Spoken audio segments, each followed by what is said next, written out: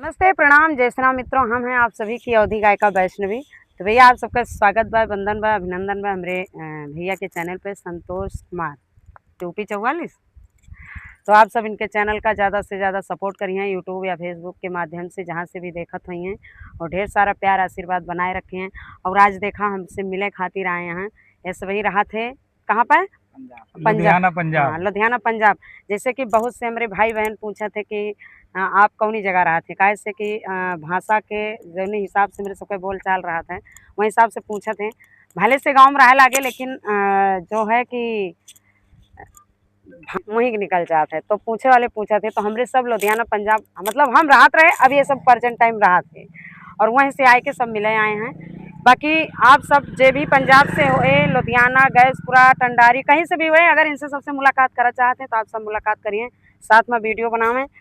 सबका साथ सबका विकास। बाय होगा एक